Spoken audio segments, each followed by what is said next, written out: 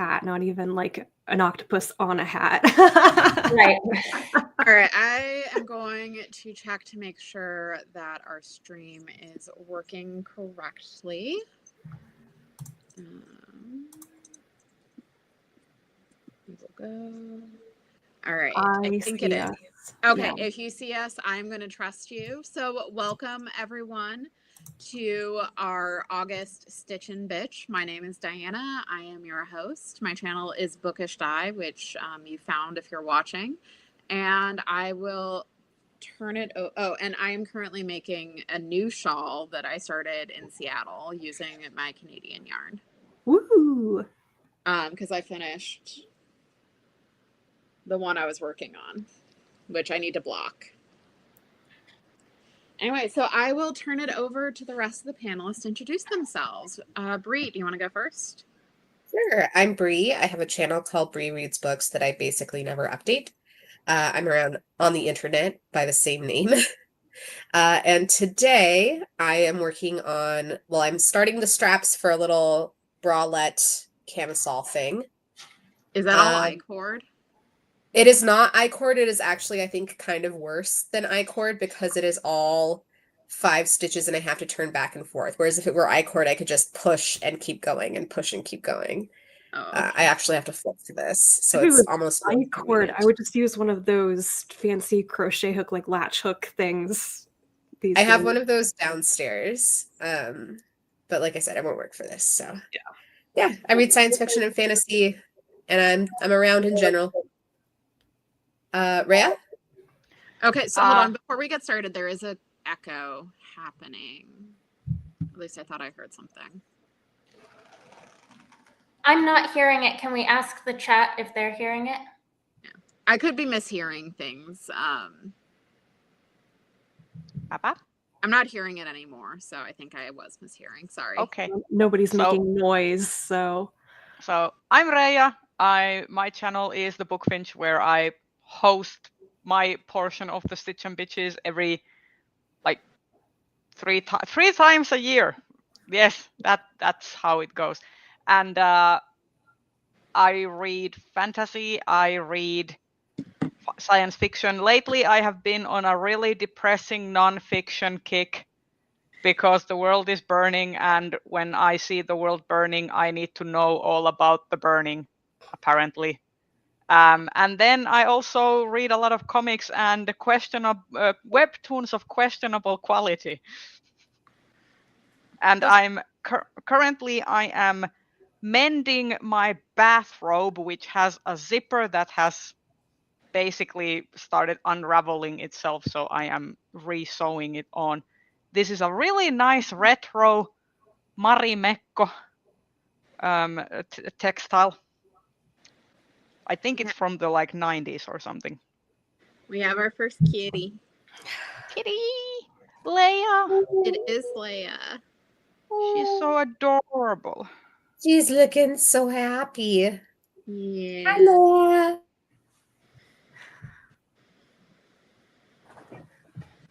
I doubt we will be seeing Hermes. All right, thanks, Rhea. Rachel, do you want to go next? Yeah. My name is Rachel. My channel is Colonati. I also pretty much only host Stitch and Bitch on my channel these days. And I read lots of science fiction, fantasy, nonfiction, quite a bit of manga these days. So yeah. And I am working on a sweater. Nice. On that now. So this was what I cast on for the Seattle trip, and it has been coming along very quickly. I'm very happy, and maybe I'll be able to wear it by the time that I am done with it because it is cooling off.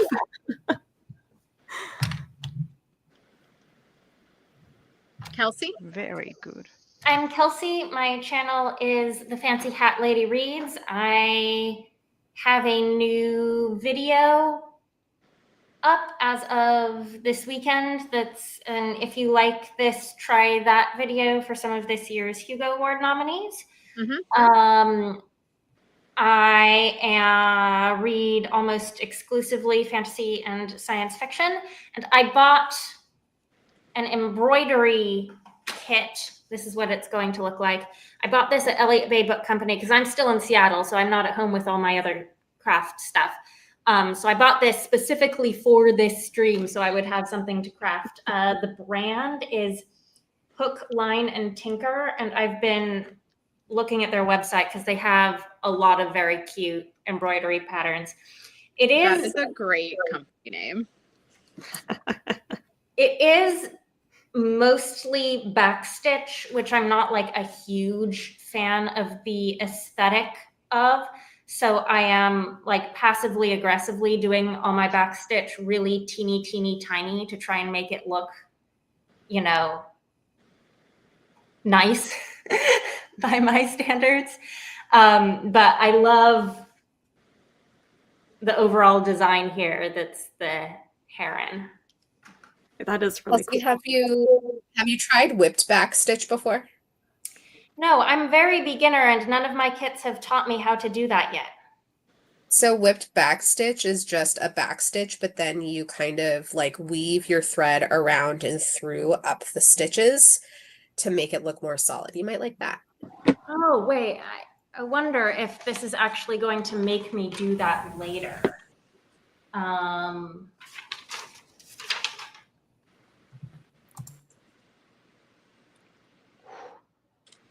No, it's going to have me do something called a running whip stitch. Huh. Well, I should look up whipped back stitch and learn it. I think it's a little too late given that I'm already starting on this for this particular embroidery project, but for future ones, I will look it up. Thank you. Oh boy. All right. So now that we've been, oh, were you going to say something, Rachel? Oh, I thought I heard something. No, I'm coughing a lot today, so I will be on mute sporadically.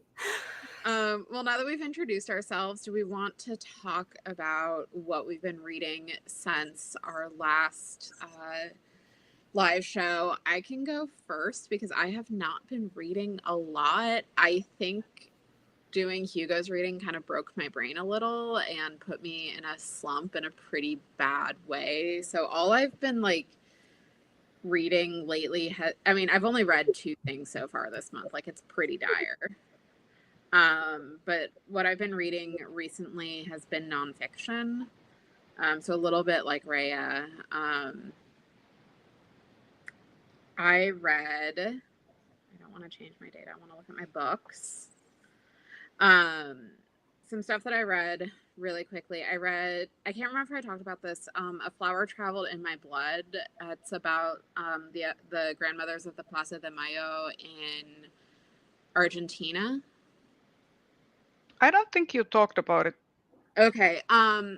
So it's by Haley Cohen Gilliland, and it's a narrative nonfiction about the during the last military dictatorship in Argentina, when people were being kidnapped and disappeared, and pregnant women in particular were being disappeared, and there was no information about what happened to the babies. And so the abuelas were a subgroup of the mothers of the Plaza de Mayo who were trying to find out what happened to their children. And these women were trying to figure out what happened to their grandchildren. And so it's a story about their fight to do so and kind of what happened when they found, because there's still like hundreds of children who are technically missing, like they've just never found them. But it talks about like what happened when they found the children when they were younger versus when they were older, and kind of the advances in DNA testing that came about because of that. Like mitochondrial DNA testing happened because the abuelas were trying to find a way to identify their grandchildren. So it's very interesting, very depressing. I would say if you're interested, definitely check it out. And then the other 2 new to me books that I read one was recommended by my friend Charlotte, was Box Office Poison, Hollywood Story and a Century of Flops by Tim Roby. And this was a fun series of essays, like looking at different Hollywood flops throughout history and not just talking about, you know, the behind the scenes stuff of why they fought, but also giving some cultural context. So one of the things that gets talked about is like the Hays Code and the implementation of the Hays Code. Some of it is talking about like the shifting audience expectations for what they can, like talkies versus silent films, and kind of like attempts to turn silent films into talkies. They talk about like Speed Racer being a flop compared to something like Iron Man or Incredible Hulk, which both came out that summer. So like it's very interesting, and if you want to learn more about like Hollywood history, definitely check it out. And then the last one is We Own This City, a true story of crime, cops, and corruption in an American city by Justin Benton. And this is about the gun the gun task force in Baltimore, which was a group of cops that were like tasked with getting guns off the street and like dealing with more like gang crime, high profile crime. But it turns out, shocking, I know, that they were hella corrupt and like robbing drug dealers and like selling the drugs themselves, and like just essentially being a cop gang. And so the story is like tracing that and then talking about how it was discovered and the prosecution. So that was really interesting. And then what I'm currently reading, and I know Rue in the chat is going to be very happy about this, is Everyone in This Room Will Someday Be Dead, which is a lit fic by a Canadian author, Emily Austin. And we are following this young woman, Gilda, who is like extremely depressed, extremely anxious, and she's trying to find help. And she's a lesbian, and she goes to a Catholic church because she sees a sign that looks like it's offering therapy, but she gets mistaken as someone who's applying for the receptionist job, and she lies, and she just like keeps getting caught in the lie. So she's like pretending to be straight, pretending to be Catholic, and she's also trying to figure out what happened to her predecessor, this elderly woman, Grace, and also just trying to seek help. And there's also some family drama. So I like it. It is a lot, so I have to break. I've only been reading it in small chunks, but fortunately it is not a long book. So yeah, that is everything for me. Like I said, I have not been doing a whole lot of reading recently. I could go next because I also have not done too much, but the stuff that I have read, I feel like I have a number of things to say. So I guess I can start with my vacation read, Scotch on the Rocks by Elliot Fletcher. This is the second book in the Macabre Brothers trilogy. Whiskey Business was the first one that I read last year when I was in Scotland, and that was really good, really excellent. A lot of deconstructing like this idea of toxic masculinity and this like basically these really traditional masculine ideals. So that was kind of what I was expecting here as well. And it does that in some sense, but at the same time, I was just... Isn't this the one with the McCabe brother who we thought was kind of an asshole? A jerk? Yeah. Yes, it's the oldest brother who's what we like to call a besserwisser. He is like a know-it-all. He somehow has a solution to everything and doesn't take stuff seriously and kind of like jokes around and is generally like a rude jerk, essentially. And the main premise of this is kind of like an... Oh, there's an echo somewhere. Okay, but there is like Yeah, there is an echo coming from somebody. So there's like the premise of this book is essentially that it is kind of fake enemies to lovers, in a sense that these main characters don't really get along, supposedly, but they kind of harbor feelings for each other anyway. And the main female lead is the main character's like brother's ex. So essentially, Callum is trying to date his brother's ex. And that's kind of the conflict, the tension is that what will my brother say that I'm dating his ex after like 5 years that they've been separated already. And I'm here the like oldest brother, like the one who he's dating the ex of the brother who's like off in the wilds doing whatever cool stuff? Yeah, basically. Okay. And the brother who's the ex is the like middle brother essentially, because the first book followed the youngest brother and how he found love. And there are things in this that I really like I kind of liked Juniper as main woman character, because she's like really assertive, like she speaks her mind, she's like a goth, you know, and like runs her own business, so you know she's like and she takes no shit, allegedly, because all of that characterization kind of goes out the window whenever she's interacting with Callum. When she's interacting with anybody else in the book, then she's like assertive and, you know, tough bitch and stuff like this. But when this asshole comes up, suddenly it's like her character development just goes pew out the window, and everything revolves around him and how he can solve her problems. And I was just like, I was so annoyed by that. I was like fuck this man. like most of the time. And they were like, I was like, I finished this in like a week, so it isn't like this was a complete trash fire. It was like when I was reading it, I was mostly enjoying it, but then there were like I would have preferred any male character to end up with her except for this asshole, basically. Like remove him from the equation and I would have been happy. Does this mean I would rather she end up single? Does this mean I shouldn't spend $12 on the ebook like I was planning on? I think that you would find it even more frustrating than I did. All right, I'll get it from the library, and it'll take me 2 months to get it. Because like I and also like one of the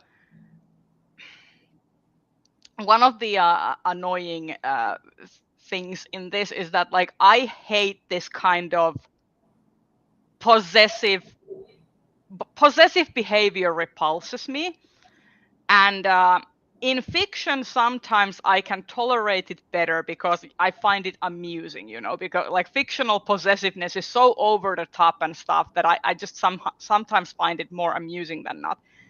But in this I was kind of just like, this is red flag behavior, that this like the kind of possessiveness that and the jealousy and the insecurity that this man was feeling about any kind of interaction that Juniper was having with his brother, who's her ex for a reason. But when they were interacting, there was like this huge insecurity. What if she's still in love with him? Like.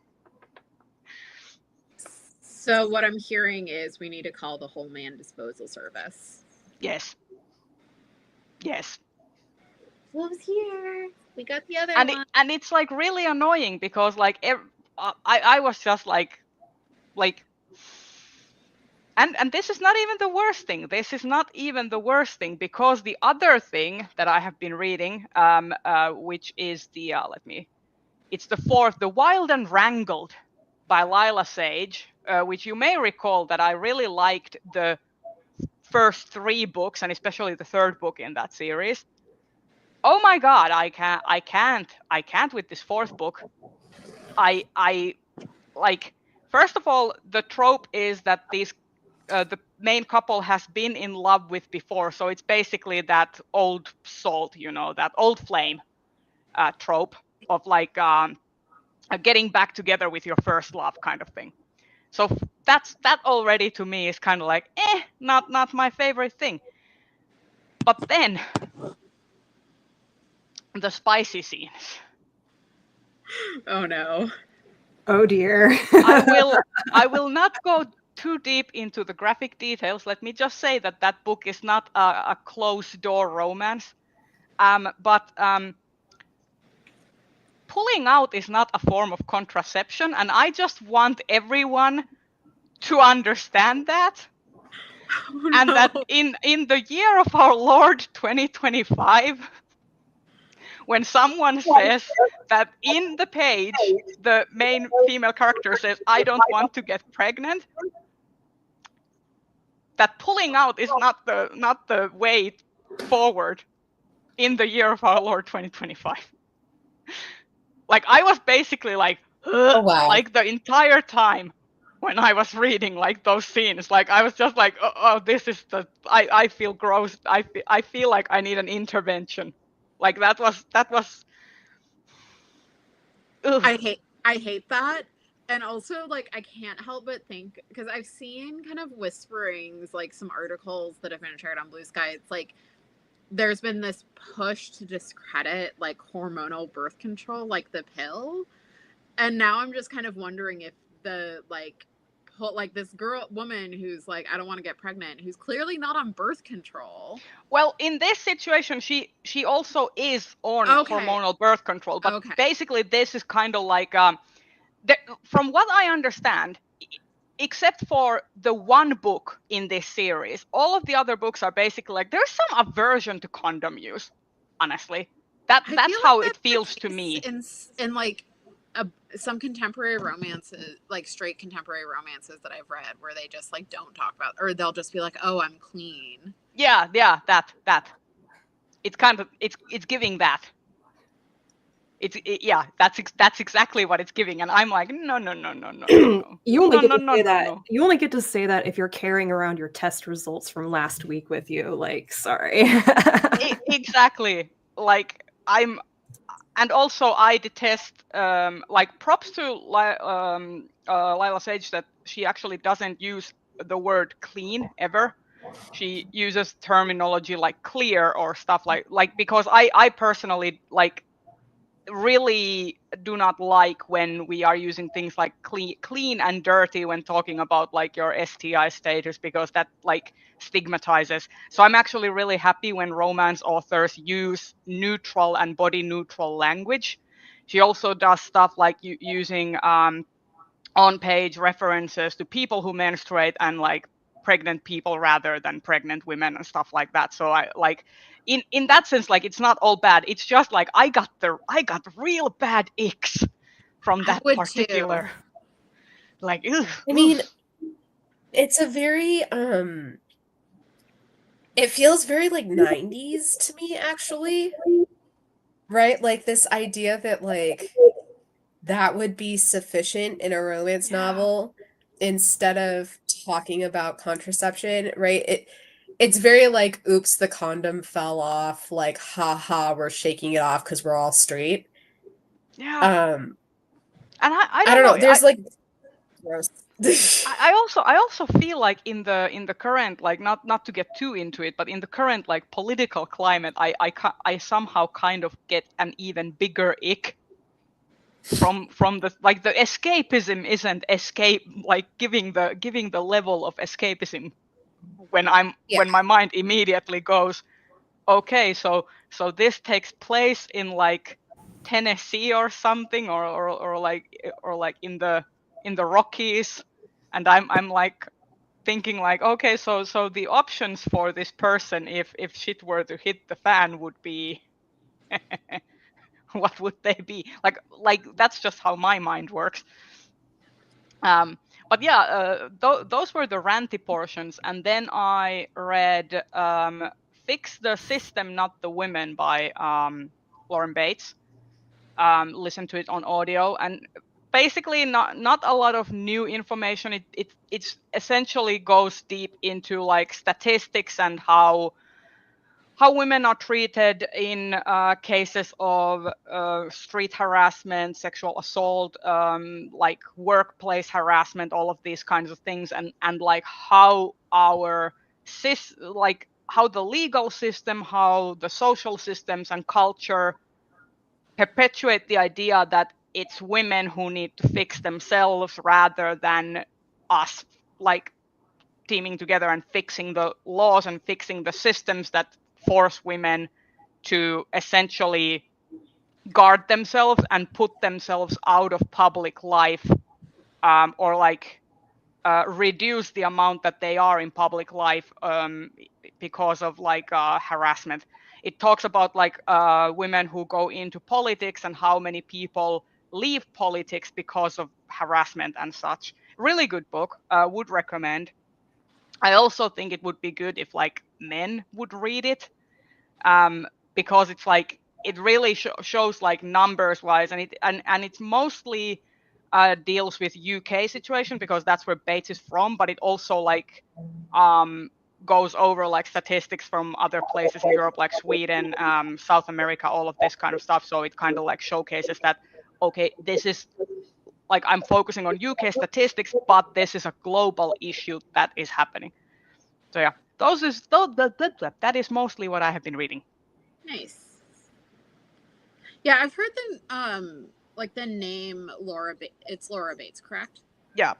I've heard her in conjunction. I think she has another book that either just came out or is coming out about how like the internet hates women, which sounds interesting. Yeah, so she has the previous book by her I read, The New Age of Misogyny, which is about AI and online harassment, and specifically how AI is kind of the new frontier of misogyny and like can be like, and how it has been already used, for example, in like intimate partner violence and stuff. But that's the other I was thinking yeah. of. But the other book she has is Men Who Hate Women, which is about incels. Jill is referencing on it. And then the other one is Misogynation. So she is the founder of the Everyday Sexism Project, which is basically like collecting women's stories on their experiences of harassment and assault and sexual violence.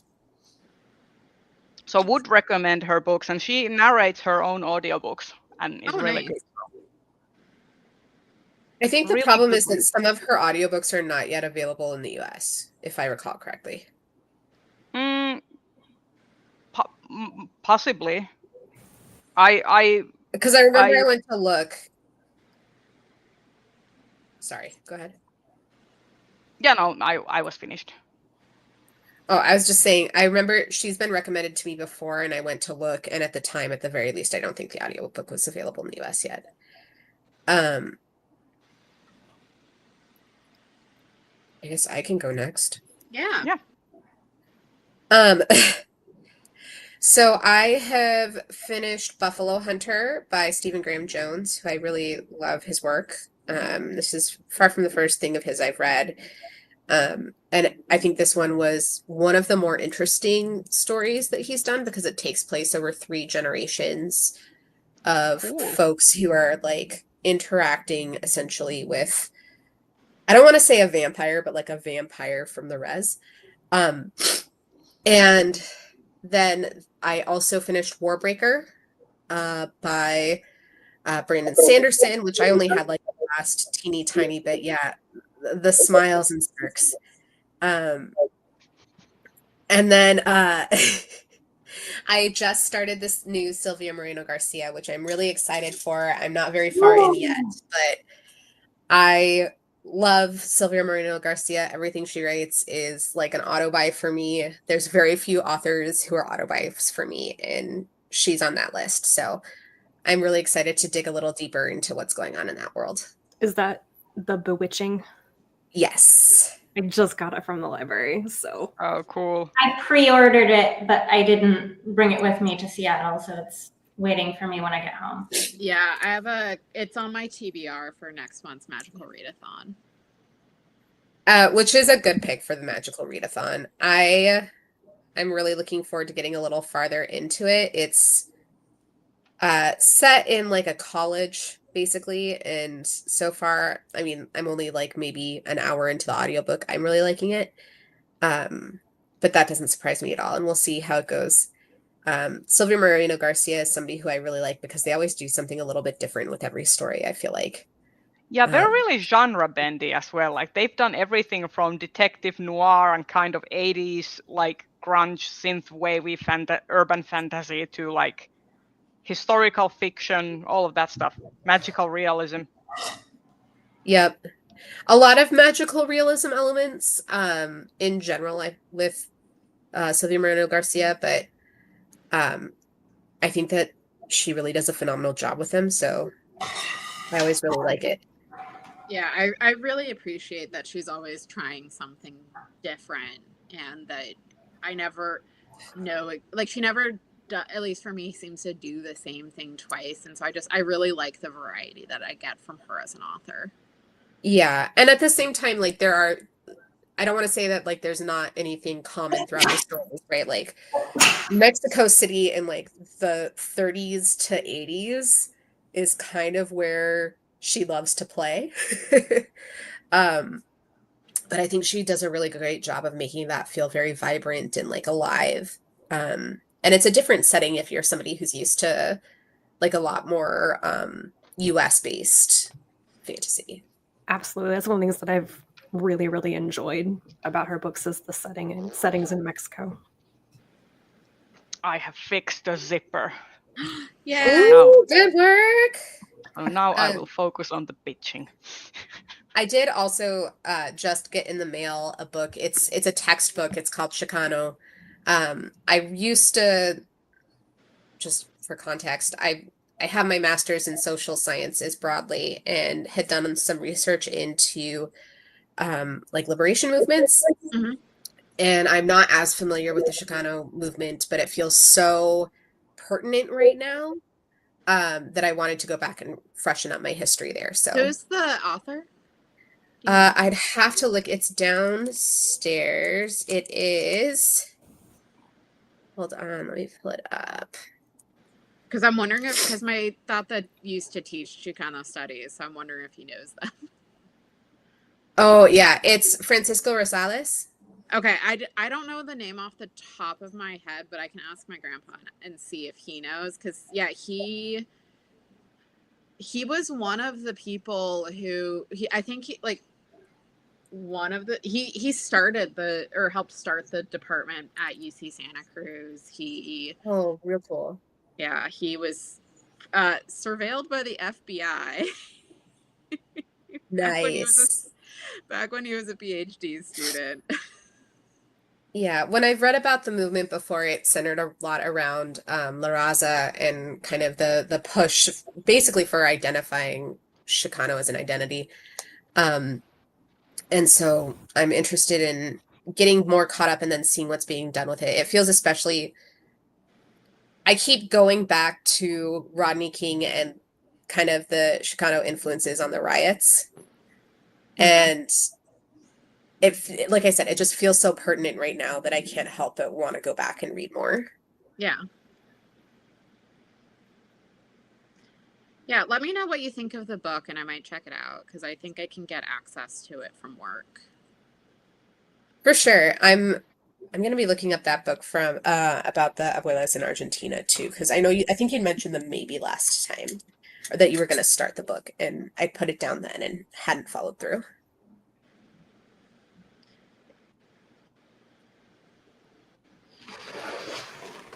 Anything else from you, Brie? Or are you all done? I think I'm good for right now. All right, Rachel, what have you been reading? Not a lot of note, though I have a stack of books from Worldcon that I need to get read now. But I took a little detour into ancient literature and I read Gilgamesh this month. Oh, wow. Just because I happened to have a copy from my mom's copy. It was interesting. It was not as gay of a translation as I think it could have been. And then it turned out I read a translation that's a bit controversial because the guy like chopped up and moved around a lot of the material in it. I was like, oh, okay, so I guess I gotta read Gilgamesh again by somebody else. by somebody who didn't remove the gay. He didn't remove the gay necessarily. He talked about it, but he also didn't, he chose to not incorporate a section of the epic that he didn't think, or like at the time he was doing it, like scholarly interpretation was that it was an addition. It wasn't maybe part of the original that was much more explicit about the relationship there. And I was like, dang, you were already doing so much stuff, moving content and lines around between like the 9 different books of Gilgamesh. You could have thrown in a bit of the 10th one as well, but it was actually really interesting. I enjoyed a lot of the notes. I mean, the actual explanation of how he translated it and the meaning of it was longer than the text of Gilgamesh itself, but it was quite interesting. So I'll have to read another version of it too. But so I read that just kind of randomly in an evening. I read Beyond the Hallowed Sky by Ken. Is it Ken? Hang on. Yes, Ken MacLeod. I was about to say Ian MacLeod. I think that's a different author. Yes. This is a science fiction novel I picked up when we were in Glasgow for Worldcon. Exactly a year ago, and I thought, well, I should probably read this because he's a Scottish author. The story begins in Scotland. I think it begins in Edinburgh, though it's a future where the political landscape, the geopolitical boundaries are very different and such. It was interesting. I actually bought the other 2 books in the series to finish it off because it's basically like, it turns out that most of the world has had faster than light travel for like 50 years because mathematicians keep stumbling across it and then being like, their publications get put down because somebody's trying to keep it secret. But they end up like turning submarines into FTL starships. What's the book title? Beyond the Hallowed Sky. So there's this whole the story like really kicks off when this woman, I think she's like an Indian immigrant to a European state. She ends up switching allegiances to a different political alliance when she wants to pursue her research. She has this brainwave. She gets a letter from her future self about this mathematical thing that leads to FTL. And then some guy who is running a submarine boat building like dock worker thing in Edinburgh is like, hey, I think I saw a submarine just disappear out of nowhere in the harbor, and I found your essay or your article on this. You want me to build your starship for you? And yeah, it turns out that there are like very advanced androids running around destroying habitats around Venus, and they've had a like 30-year-old colony on an exoplanet somewhere. I'm hooked, so I really enjoyed it. Is it a series? It's a trilogy. Yes. Ah, okay. Yeah. I think it might suffer a little bit from having too many points of view. It switches between different characters in different places quite a bit in the first book, but that's why I wanted to continue on, because I was like, okay, now that we have everything set up and all the people are now together, what's gonna happen next? So yeah. I'm enjoying it, and it was just a really like solid sci-fi read. Yeah. And then while I was on vacation in Seattle, I picked up a copy of The Potency of Ungovernable Impulses by Malka Older. This is the 3rd in the like Platy and Mosa Investigates series. I was reading this from the library. Libby took back my copy while I was on the plane. Like, really? I was on hold for it for so long, so I decided to buy it and decided to just get the entire series in hardcover. So I read this. I know this series is like, it's kind of a take on like futuristic sci-fi. People live on, you know, platforms around Jupiter now. It's kind of gender flipped, it's lesbians, but it's still kind of Sherlock and Holmes. It's very subtle. I like it. It took me until the end of this book to realize that it was kind of a spin on Hound of the Baskervilles. I don't know. And this one, the relationship drama gets a little bit messy, and I was kind of miffed about it for a while. But it was an interesting story involving scholarly disagreements and stuff like that. So yeah, I liked it. I really enjoy the series. And one of my absolute impulse purchases was from the Tachyon booth. I just saw this title and this cover and went, okay, I need something fun. It's If Wishes Were Retail by Austin Habershaw. Never heard of this guy, never heard of the book.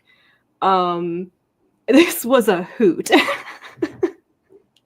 I'm not really sure if this is classified as like YA or not.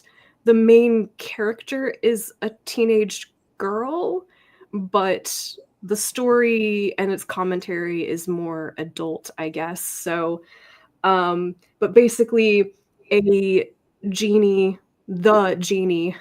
from Myth reappears. He is no longer bound to a master. He decides to set up a kiosk in a failing mall to sell wishes.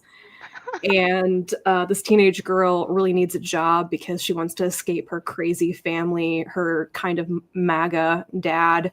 And she ends up explaining the modern world and capitalism and how renting a unit in a mall works to a genie. And it ends up being a really good like criticism of work culture and like defining your life's purpose and your worth as a person by your job, by what you are like required to do, like your purpose in life. I don't know.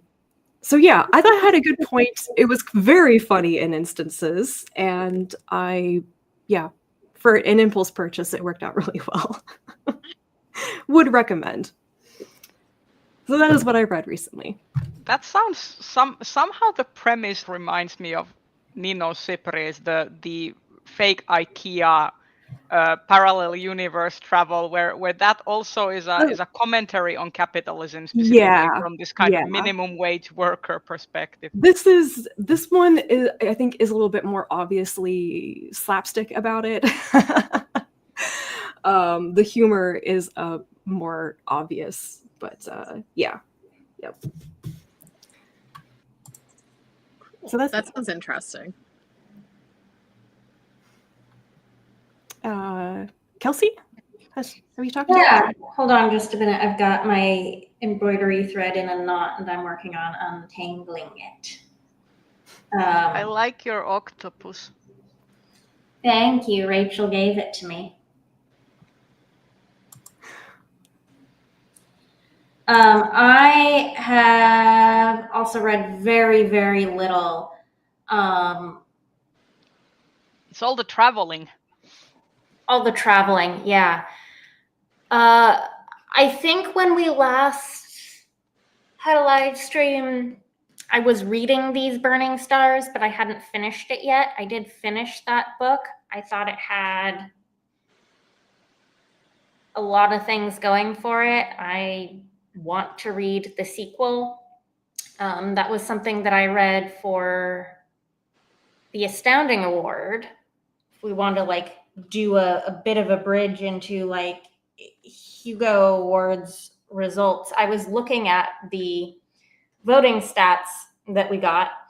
I was surprised that how far down Bethany Jacobs was, given how much I thought that These Burning Stars is a book that Hugo voters would really like if they actually read it. I think it tells me that not a lot of people actually read it.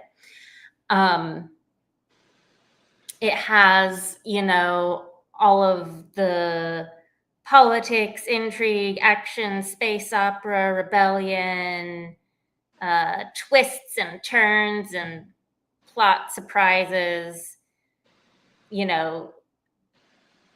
is a very engaging read.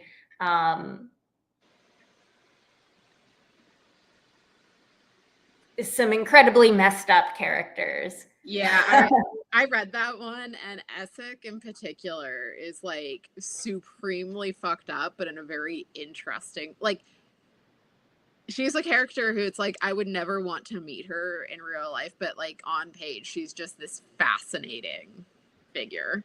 Right.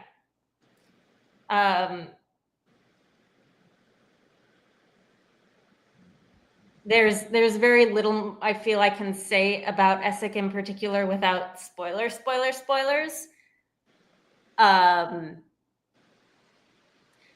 But it was one of those books where I got to the end and it sort of made me rethink everything that had come up till that point.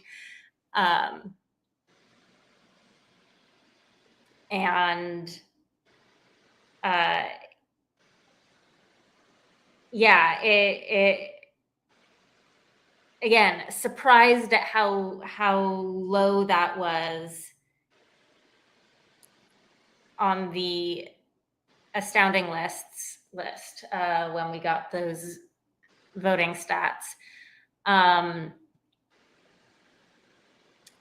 then the only other thing I read is I finally actually did, as I suggested, my reread of The Goblin Emperor, like I did. You just reread that, right? Or am I thinking you still there? Yeah, can you hear me? Oh yeah, I think it's on my end. Yeah, I'm not seeing any lag or anything. Yeah, I think it's my end. I don't know why. You recently reread The Goblin Emperor, right? And that was what prompted me to take it as my airplane and train reading for this trip. So I also did my reread and was extremely... Well, first of all, I was surprised how much I actually remembered, given how long it's been since I read it and how like detailed a book it is. And it struck me as something where like I haven't read anything else quite like that since, you know?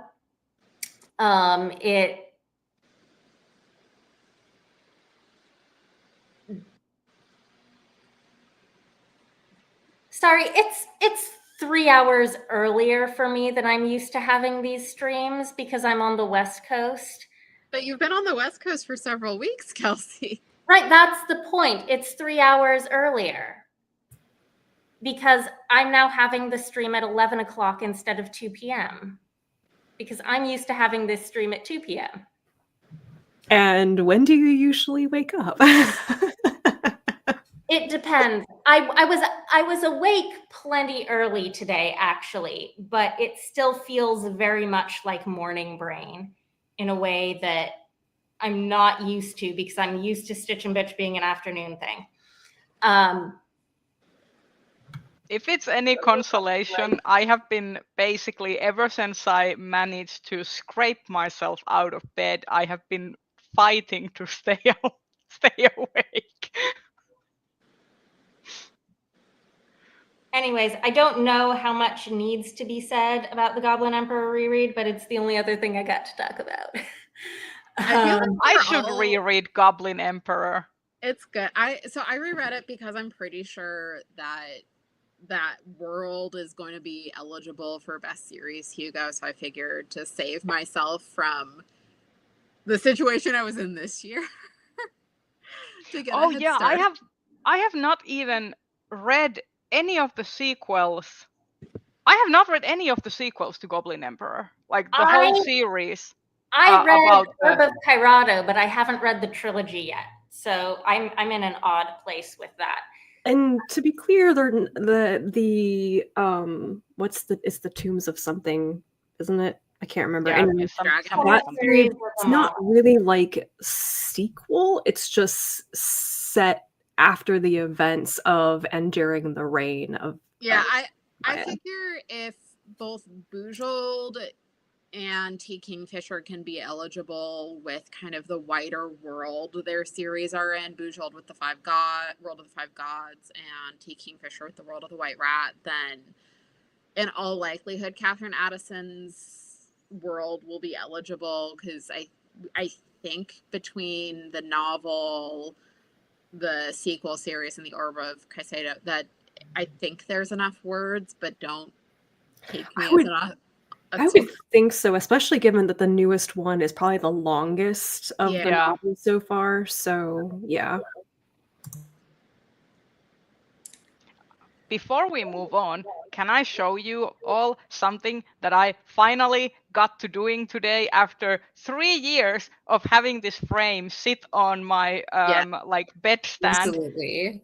And because I got this Astarion print in Glasgow, let me just, ta-da! Nice. It is framed. Nice. It is on the wall. And now I can just look at him every single time I'm on the computer. Love it.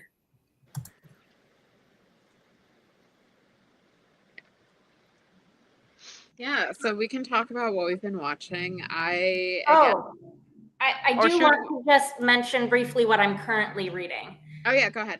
I am sort of stalled a bit halfway through Among Ghosts, enjoying it, just like not hauling around to physical book places much. It's bigger hardcover. I did bring it with me, but I'm not making quick progress on it.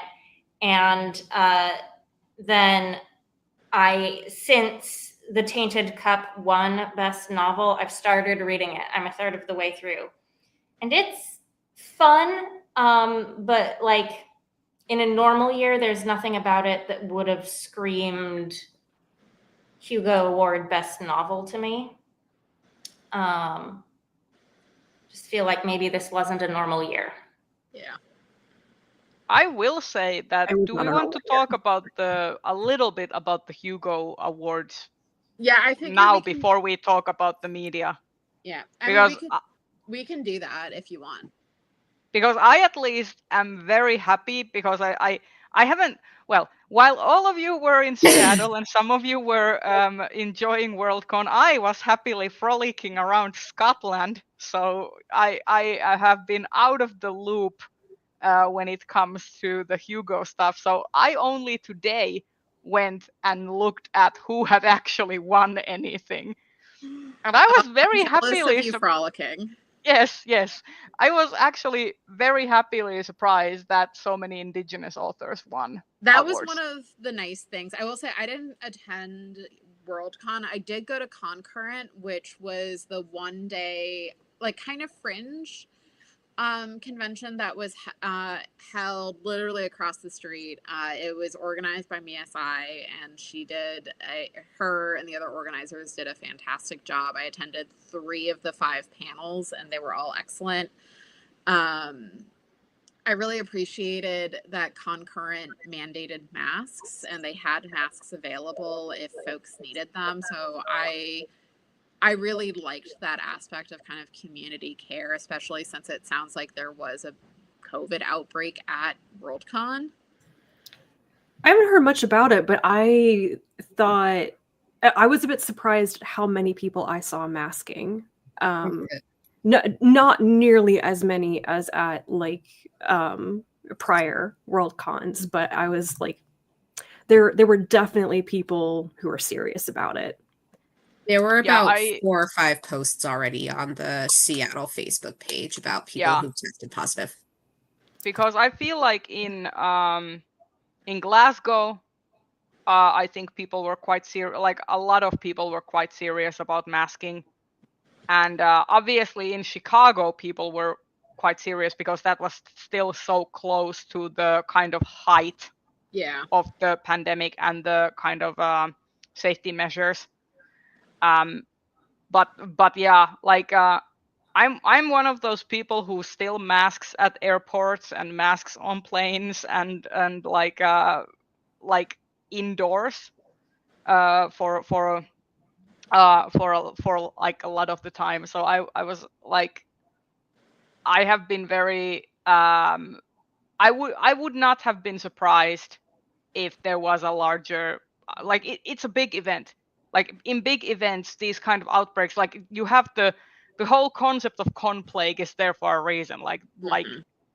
and that's why I think it would be especially prudent that every single large convention, even if there was not a widespread pandemic around, would actually mandate masks and like distancing and like hand washing and actually, like, if you want to give like free loot, like for example in a corporate convention, just hand out hand sanitizer that's like branded for the convention or something. Rachel says there's about 50 reports in the Worldcon Discord. Oh, yikes. But yeah, that seems like bigger than Scotland. Oh, I was Like, going to say it seems smaller than Scotland. I thought I was actually like watching the. I wasn't in the Discord this year for Worldcon, but I was in the Discord last year, and I was watching the reports. because I remember back in it was a lot. It was a ton last year. Even just people who'd been in the business meeting, like it was a ton. I remember the outbreak in the business meeting. Yeah. I remember in Chicago it went roughly to the like 100 and something, I think, in the end.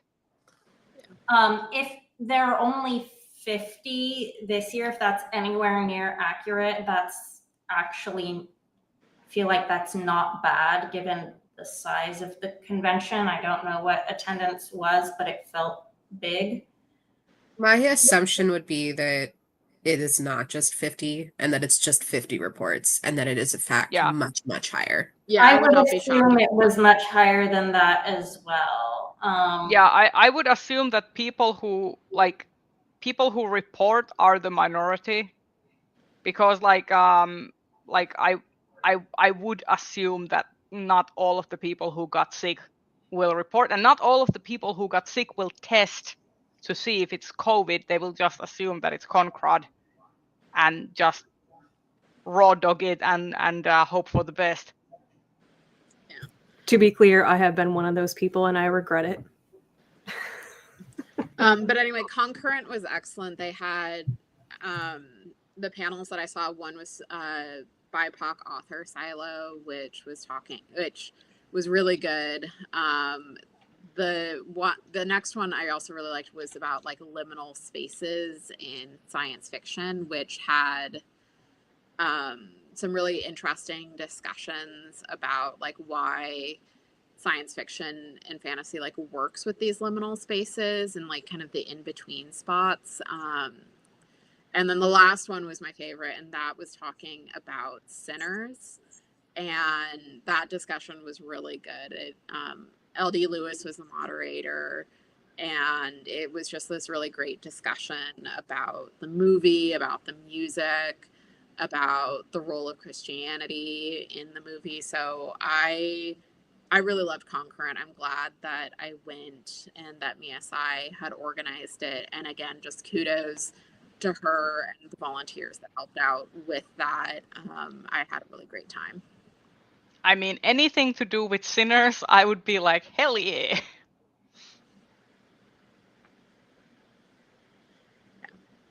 But Kelsey and Rachel did go to Worldcon. We did. We didn't attend a lot of programming. I went to like 4 readings and 1 panel. What was the panel that you went to? I went to a panel on Sunday when you were flying home. Oh, okay. It was on non-human characters, animals, and robots, and it seemed very much more like science fiction, non-humans, aliens, that was the other one, as opposed to like fantasy non-humans. But both Mary Robinette Kowal and Martha Wells were on that panel. Mary Robinette Kowal talked about her cat, and the use of the talking buttons to give us Oh, I insight wish I'd been there for that. into animal psychology. I know there were people who attended WorldCon who got to go back to her hotel room and actually meet Elsie, and I was just like, I am so jealous. You got to meet Sunshine. I did get to meet Sunshine. I get it that Sunshine's not as cool as Elsie. You take that back right now. Sunshine is just more adorable and like actually cheerful. Speaking of, Elsie uses I should- buttons, that's cool, but I should summon her. Rachel, you're just having FOMO because Elsie is a celebrity. This is the parasocial relationship you have cultivated with her. Exactly. Elsie is the only talking pet that I follow on Instagram. I am ruined for all of the others. I mean, rude litter box. Come on. Sunshine has been awakened by the sound of the treat. She's lounging on her favorite like rug. Here she is. Wait, I'm not sure. I need to move the camera so you Sunshine. can see her. We did go to the Echo Cat Cafe and we pet some very good kitties. We got to meet Elvira, Histress of the Dark, although she was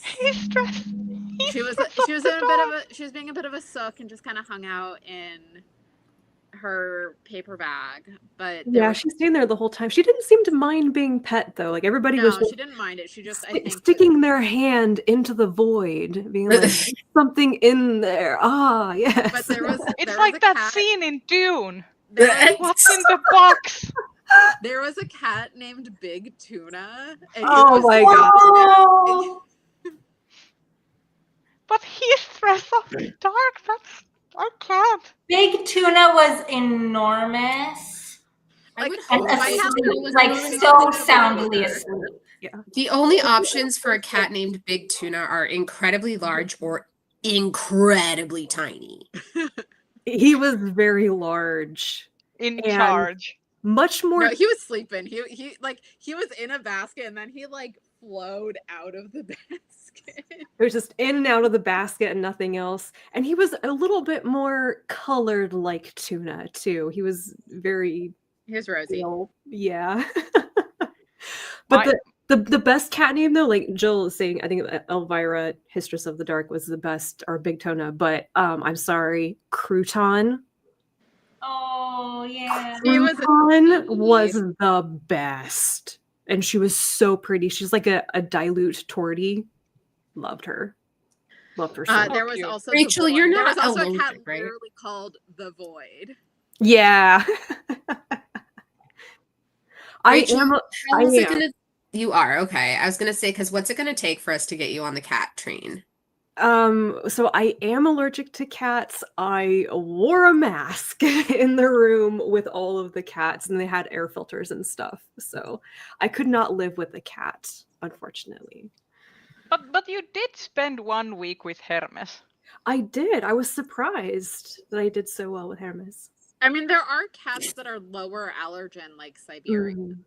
For sure. Yeah. And they have that food that's like the special cat food that makes it so that their dander isn't bad. Also, did you know that you can actually make cats, like, it requires you to feed cats raw eggs, and the chickens need to have been vaccinated with something, and then the chicken lays the egg, and the cat or something or other. No, that I was just talking reduces. about. Is that's in the cat food now? That's what's in the cat food, actually, because they've found that chickens that grow up around barn cats create like a special mutation in the protein. Yeah, an antigen that like reduces the dander on cats, and so like you don't get an allergic reaction. Yeah, and then when you eat those eggs that the chickens produce, you will become it will lessen the allergic reaction.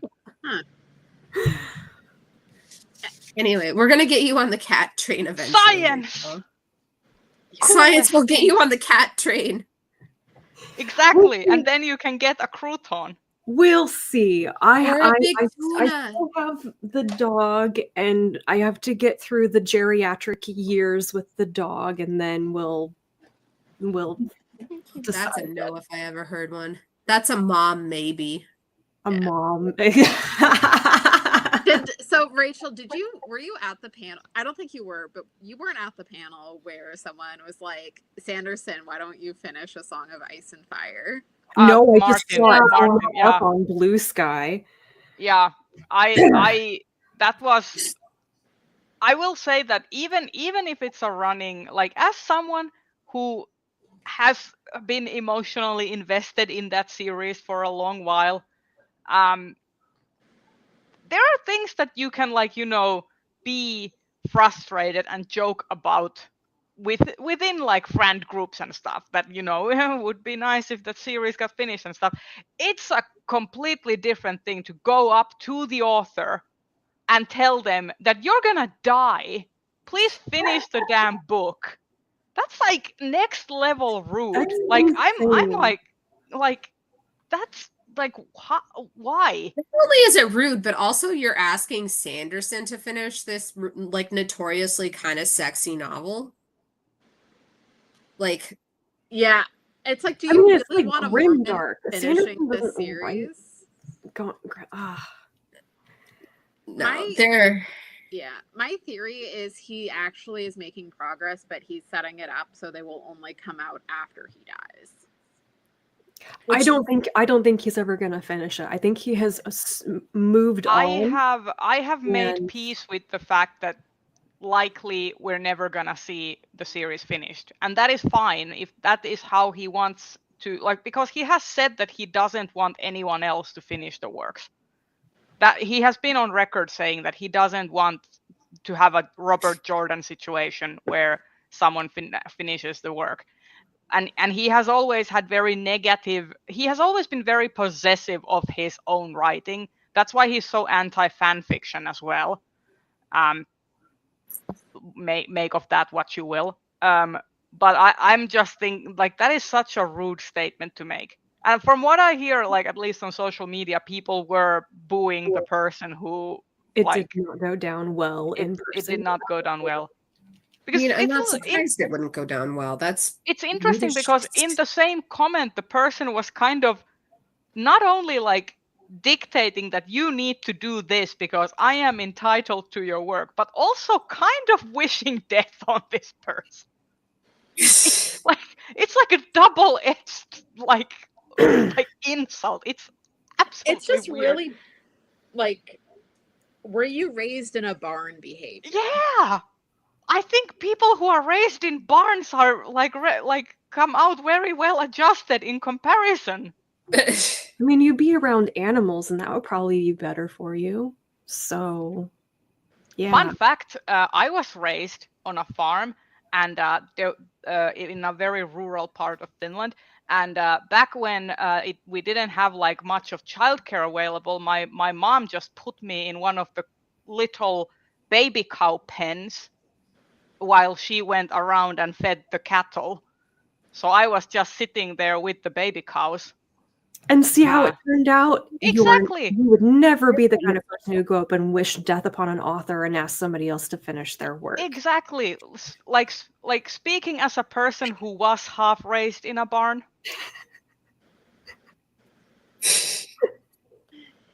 Were there any standout panels that you went to, Rachel? I didn't go to any panels. I just went to 2 of the readings with Kelsey. So the Martha Wells reading, which was great. Did she? Which book did she read from? She read from 2. She read from Queen Demon, and she read from The Next Murderbot. So we got. I can't wait for Queen Demon. I can't wait. And there was a little Q&A in the middle of it because she was one of the guests of honor, so she had a whole like hour slot for that. So it was great. And then we also went to the Becky Chambers reading, which was also wonderful. She read from her next work, which I don't even know if it had been submitted to her agent yet. Whoa. Like not even final draft. Like she was like, it's gonna change a lot after this, but I just finished this draft, and so she read from it. But that was that reading was almost like the fungus panel, the mushroom panel with Ursula Vernon in Scotland, where like, why the hell did they schedule it in a tiny room given the topic and the people on the panel? It was like, this is the first time in years that Becky Chambers, multiple Hugo Award winning author, has been at this convention, and she's doing a reading that she's just told everybody is from a new work, and they put her in one of those regular little reading rooms, and we got there like how much early, like 30 minutes or more before. We got there. The reading before her hadn't started yet, right? Yeah, so more than half an hour before this reading, and there was already a line. By the time that she showed up for her time slot, the line for her reading went all the way down the hallway. That was my experience when me and Maya were queuing for the fungi panel, and we got there relatively early. Like, and we were basically like the first like 15 people in the queue, and then after us it just ballooned, and then we were texting you like, by the way, this is like looking really bad regarding this. But however, this time it ended up being handled well. Whoever the woman was who had started the line kind of took it upon herself to like manage the line, and she found one of the con volunteers and talked to them. I think there was one of the offices where the con runners were like right down the hallway, so like that person was right there.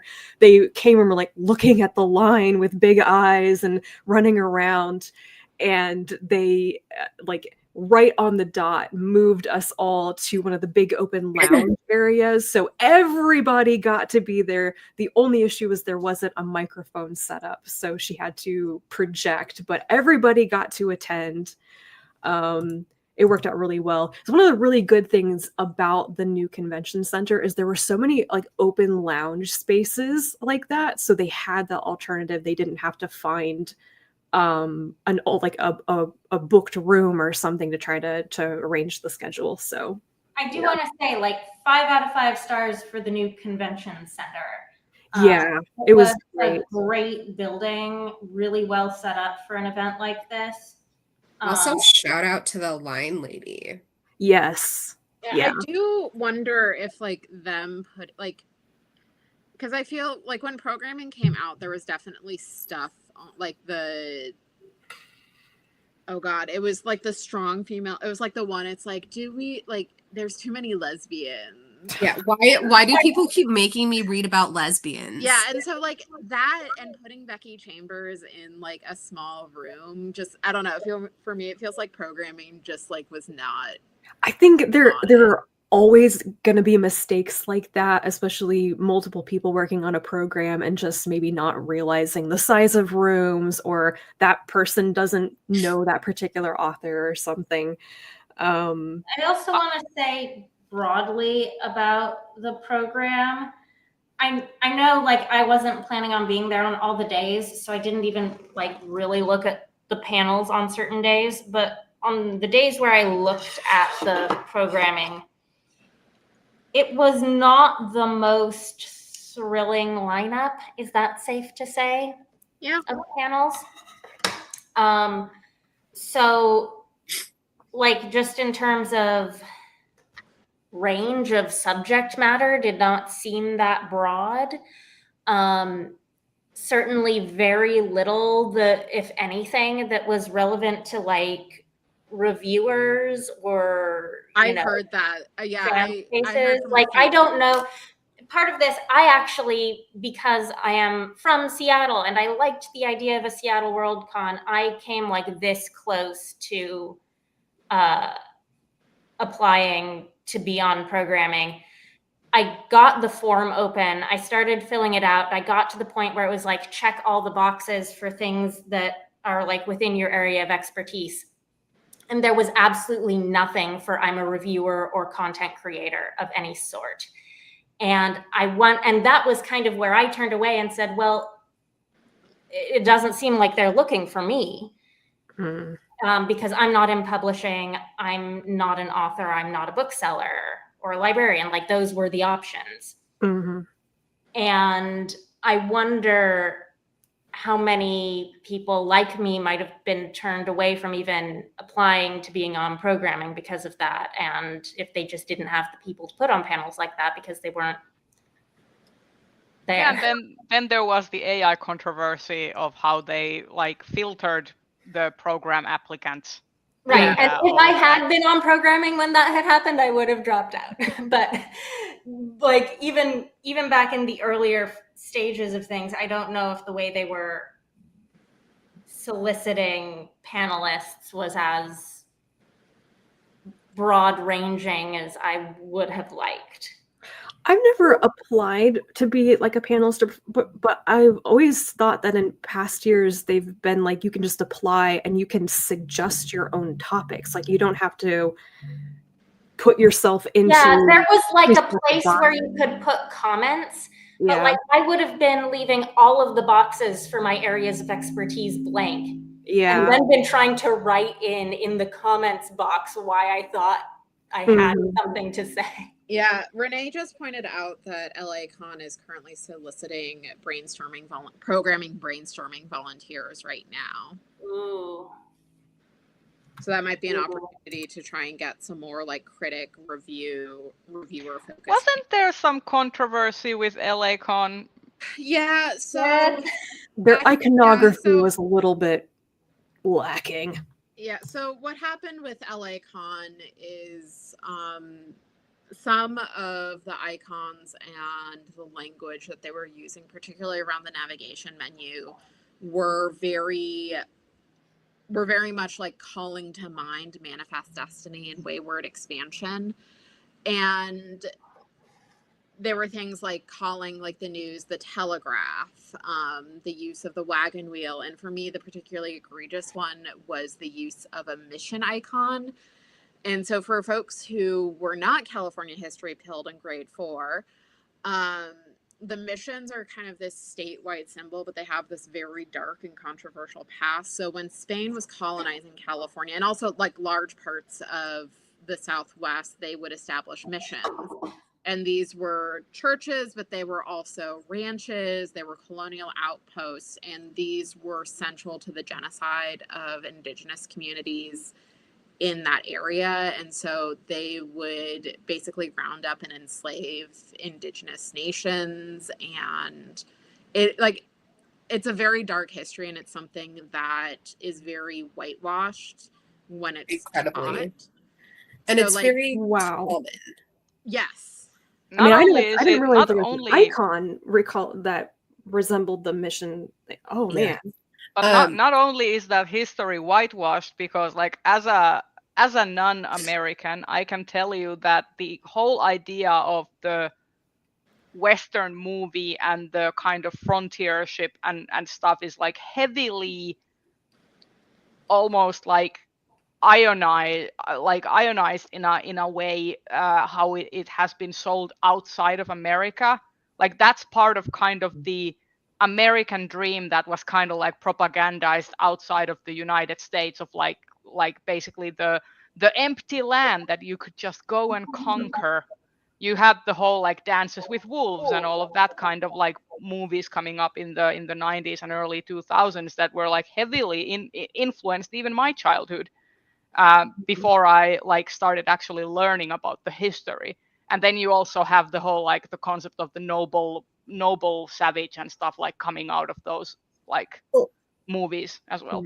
Well, and the missions in California are like, how do I say this? Like incredibly taken for granted as being integral into the culture, right? Like, yeah, it does not surprise me that somebody would put a mission like symbol on something that's going to happen in LA, because if you're going, right, part of what people tell you to do is to go to the missions, right? And like Di was saying, like mission pilled, right? Like my mission that I did my 4th grade report on was San Juan Capistrano, and I made a sugar cube San Juan Capistrano and learned all about the history of it, right? We Like had it's to do not, mission simulations where we like yep, pretended that we were missions, and we would like raise cattle to sell the skin, and like not even talking about like who was doing the labor. WTF. yeah. Yeah. But like What? it's really like I think we take for granted, especially as like part of the left, right? That like it feels like the kind of thing that people should be talking about. And it is very much not the kind of thing that is being talked about in the common zeitgeist in California at all. Yeah, and it's only been within the last decade or so there's been a really sustained push from Indigenous activists to like teach the non-whitewashed version of the missions. Yeah. And it's still, to be pretty blunt, it's still pussyfooted around, right? Yeah. People are still only just even thinking that it's worthwhile of having that conversation. Like I mean, in it's this, always worthwhile having the conversation, but it's also like the whole, I feel like a lot of the because I also like see this in Finland when we talk about our conversations about like indigenous sovereignty for the Sami people and stuff. A lot of Finns are, myself included, like for the longest time, I was very uncomfortable even admitting that, like that Finland as like a sovereign nation had any, that we had done any kind of colonizing of the indigenous land. That we were just kind of like, well, we were colonized, so we, like the Sami people were kind of colonized at the same time. No. As a sovereign nation, Finland has participated in the like further colonization, land grabs, and all of that, like marginalization. and But I it's think very, oh, go yeah. ahead. No, but I'm just saying that I feel like the importance of the conversation is always kind like seems to always like even in like leftist circles, we are kind of always tiptoeing around the comfortability of like the majority in the movement, so that like we don't want to alienate anyone, so then you don't want to like it's really hard to have the very difficult conversations where you actually have to feel very uncomfortable about like deconstructing and deprogramming yourself around from like a lot of this different like ideology that you have been indoctrinated in since you were a kid. Yeah. Well, California has a really interesting also history of it. Like it is not just that like the missions exist, right? It's that a lot of Californians can keep that at arm's length because a lot of the missions were created by the Spanish population, which is not the American population, right? And moreover, that a lot of people kind of conflate Spaniards with Mexicans. And so like there's an approach of it of like, one, it's super far away and we didn't do it, right? Ignoring the fact that there's a direct benefit and that those systems perpetuated into early California as it would become. And two, a little bit of a like, well, but you kind of did it to yourself, which is not true. Like none of that is true, right? Yeah. Like Spaniards and Mexicans are two different groups. The indigenous groups are multitude and various. And at the same time, that's kind of the way it gets encapsulated in, I think, the common conversation when that conversation is had. It's complicated, but point being, they put a mission on the navigation button. And that was probably not the best thing to do, but also not surprising. Yeah. Anyway, so that's the controversy. They did make a statement apologizing pretty quickly, which good. They also took the icons. Like, yeah, they did or hit the icons really quickly. For me, because I don't have any context for the missions. Like I have never learned about those. So so for me actually, like when I looked at the kind of sheriff star was the most like egregious symbol for me, because I like nowadays I just associated it with ice. So badge like that. They have something called Pioneer something on there. Yeah, and I think that was made me go, what? That was the other. Yeah. Yeah, no, so not a good look. Is it that like we have like 0 days since the last incident?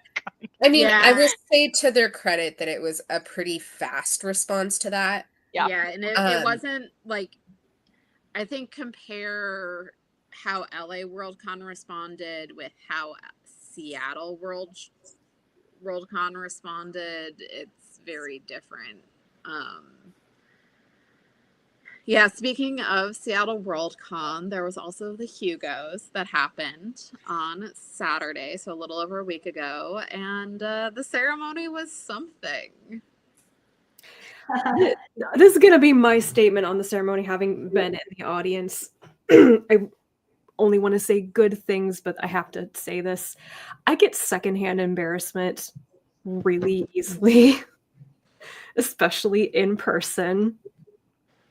And every category, I was sitting there cringing like, oh my God, these people are not prepared. They cannot say any name correctly. They cannot read the script correctly. I was very, very embarrassed for people up on the stage. And that was like mainly what I was thinking about a lot of the time. Unfortunately, instead of like being excited about the winners and such. And I know that there were certain finalists that had the names of their works completely butchered, their own names butchered, or in the case of one person, completely missed, like never even said at all. Yeah, Camila Cole, who wrote So Let Them Burn, her name wasn't included when they were reading out the Lotus Harmonies. They did include Yoon Ha Lee, who was really I want to say, yeah, they included the person who had taken themselves off of the list. The audience noticed that they'd skipped the last book on the list, and we all shouted at the stage, "You missed one!" Was that the same one, Camila Cole? Yeah, that was Camila Cole for Lodestar, and they did then stop and go back, but deeply, deeply embarrassing. Yeah. As someone who was watching the stream, I will concur with Renee. The secondhand embarrassment was very strong. I did a drinking game because that was the only way I could get through it. I mean, considering that back in the day when Con Zealand was happening and we were all watching the infamous Martin hosted Hugo stream, and I was downing half a bottle of gin during the entire thing. Because of basically exactly the same type of problems. I want to point out that this is entirely a problem with the preparation and rehearsal for the Hugo ceremony. I think I truly don't know if they convention other than the song had the correct name pronunciations. They were used when the finalists were announced. And those pronunciations should have been passed on to the people running the ceremony. According to Nicholas White, when he and I believe Cassidy resigned from the Hugo committee, they passed on the recordings. But thing is, you can't just give people a pronunciation guide and have them use it cold. That is the job of the people running the ceremony and the hosts, to make sure you go through everything in advance. Yeah, and you cannot use a pronunciation guide cold. Yeah. I say this as someone who, has worked on scripts with complicated pronunciations, and you need to rehearse it beforehand. Sometimes a lot. As someone who has done a fair amount of YouTube videos, a lot of the times I would, before doing like a wrap-up video or a review, I would research the pronunciation for author names, and I would basically do recordings and repetitions before I would, because I didn't script my video, so I would do like basically like try to get some level of muscle memory on how to pronounce like an author's or even like a fellow booktuber's name if I was referencing And it is them. literally muscle memory when you're learning how to pronounce something. Yeah. So, and then when you have learned when it you're under once, pressure on stage, it will go out the window if you haven't rehearsed. Yeah, so Renee's saying that the Toastmasters have a responsibility during the 2027. One of this year's hosts was like, can we all agree not to allow people to host who mangle names like that? Like, yeah, that's the part. It's like Tempest and Nisi Shawl made, like, they created Writing the Other. They created this whole brand about respecting people, like, whose whole brand, and it's just, they couldn't take the time. I mean, we could speculate about what happened behind the scenes. We may never know, but it didn't go down well.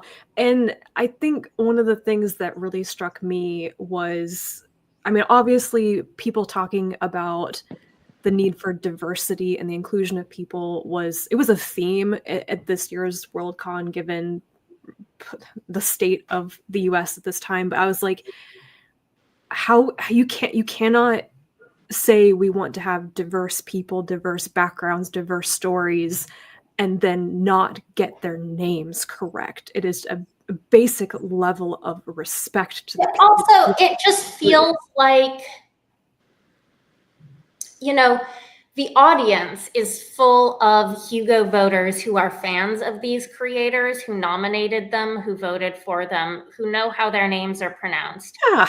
There's a certain amount of assumption that if you care enough about the Hugo Awards to be there, you also like know of and care about these creators. And most of the people in the room are going to know how a lot of those names are pronounced.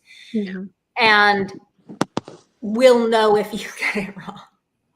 Well, like how do you go up to announce a category and discover live as you're reading it that the title of one of the books is something that you have no idea how to pronounce?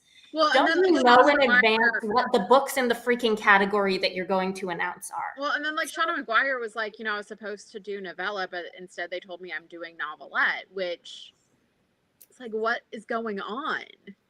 Yeah, because so I know that in Glasgow, we had an entire like 2-hour block that was reserved for practice, right? If you were a guest of honor and you were presenting, you went to that and you practiced pronunciation. I don't know what happened here. Obviously, I wasn't there and I wasn't on that team, but like, it is a little baffling that it would be that egregious. I'm incredibly glad that I did not listen or tune in. The other embarrassing thing is that I feel like they kind of just shoved some of their special presenters onto stage. They just said their name. They didn't say who these people were. The poor guy who came out, they said his name. He's like, I have a headache. What am I doing here? Like, everyone was like, who are you? Did they just pluck this guy off of the street? I think he was maybe one of the fan fund delegates. Yeah, I think it was. They never explained that. And that was awful for him. Why have special presenters if you're not going to have your big behind the scenes voice guy at least say who they are, not just their name? Yeah, like you do at the Oscars, you know, presenting the presenter.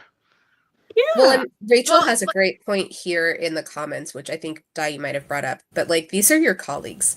Yeah. Right? Like, if you're a presenter, you are somebody in this community. These are like your colleagues and coworkers and some of the best. Like, yeah. Well, and speaking of like some of the special presenters, you could tell they had practiced as well on their own because they did better than anybody else. I mean, wasn't it in San Jose when help me, who was the professional artist who was the Toastmaster, I think? Was it John Picasso? Yeah.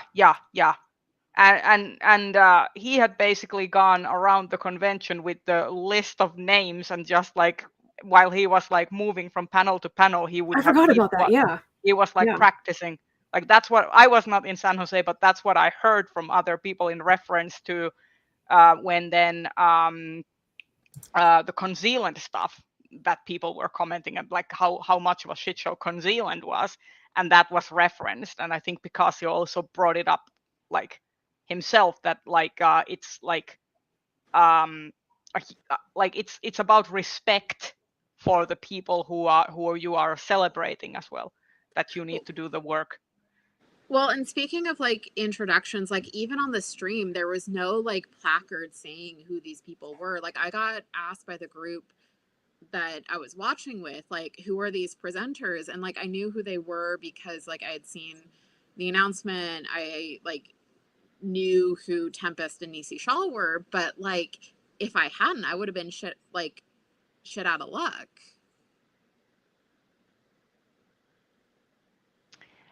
Yeah. What a sigh worthy. Yeah. It's here's the thing. I have never watched a Hugo Award show where something where the whole show went completely smooth like a baby's bottom. Like that has never happened.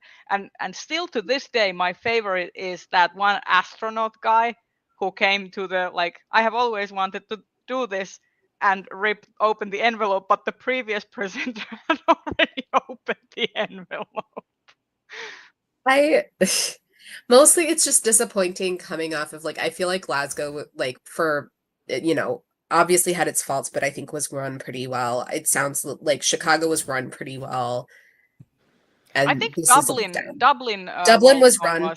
Yeah, Dublin was run pretty well. Aside from the auto captioning issue at Dublin, that's the only thing that comes to mind. Yeah. And I think Helsinki, the live event was run well, but the Helsinki problem was that the stream crapped out and they couldn't get the like live show.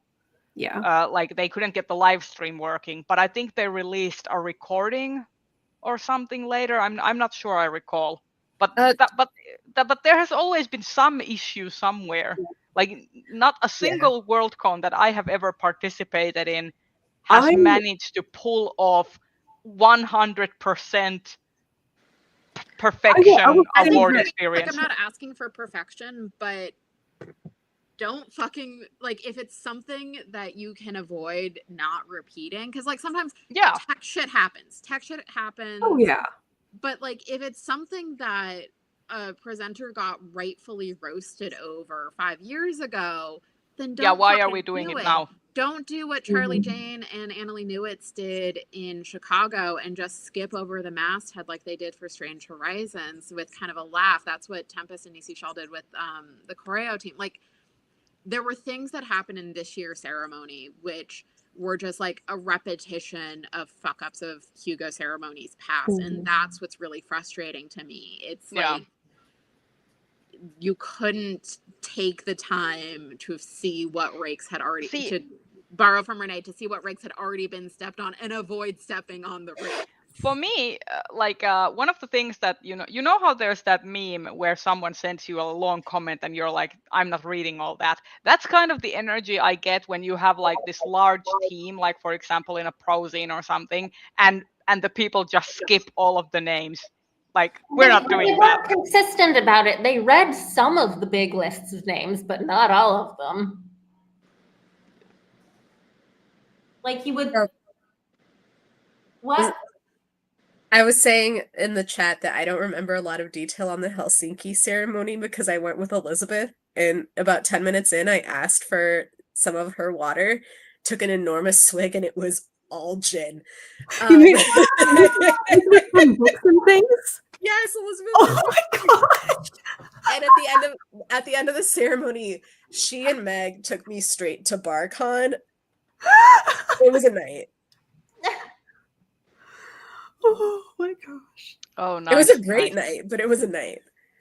I can imagine. This comment from Rue is actually really funny.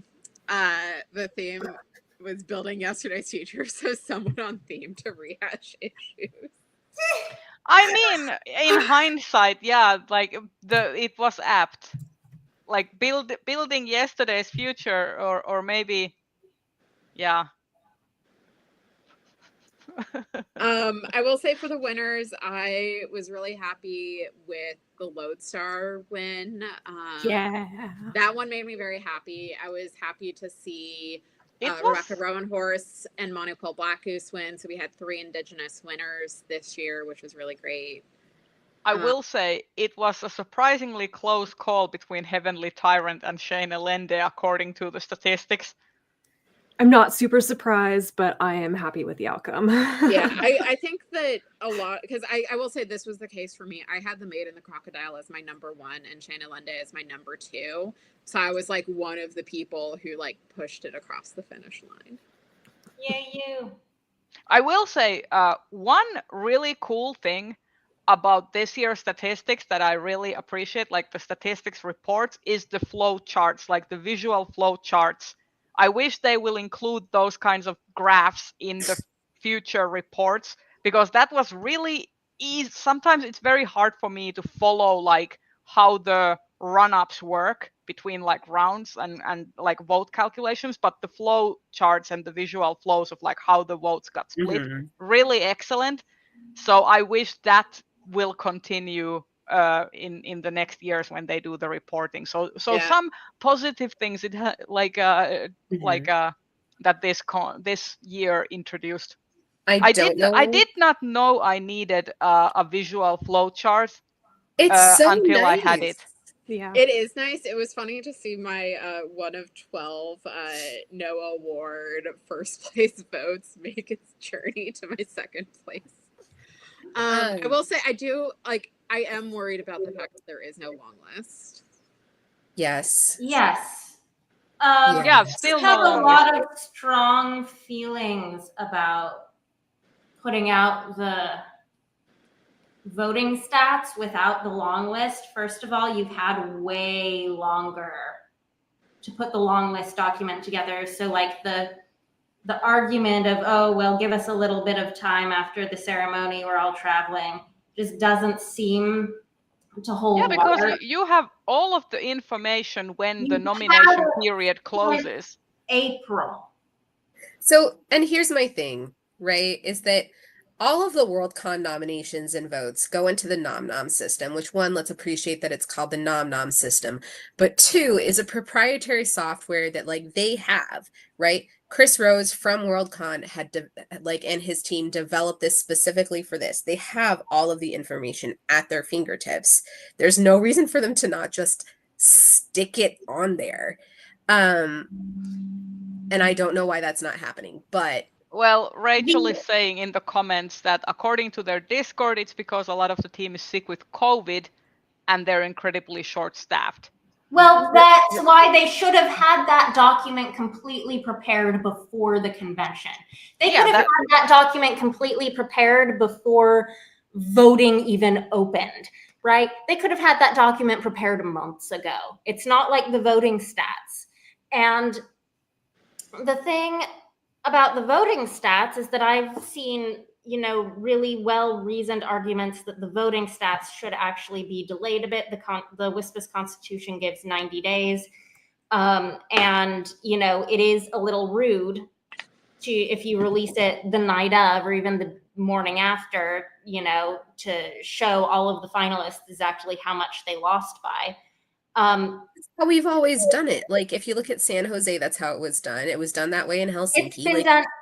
There is no argument I can think of if you are withholding the nomination stats and long list, because all that does is give you more works to celebrate.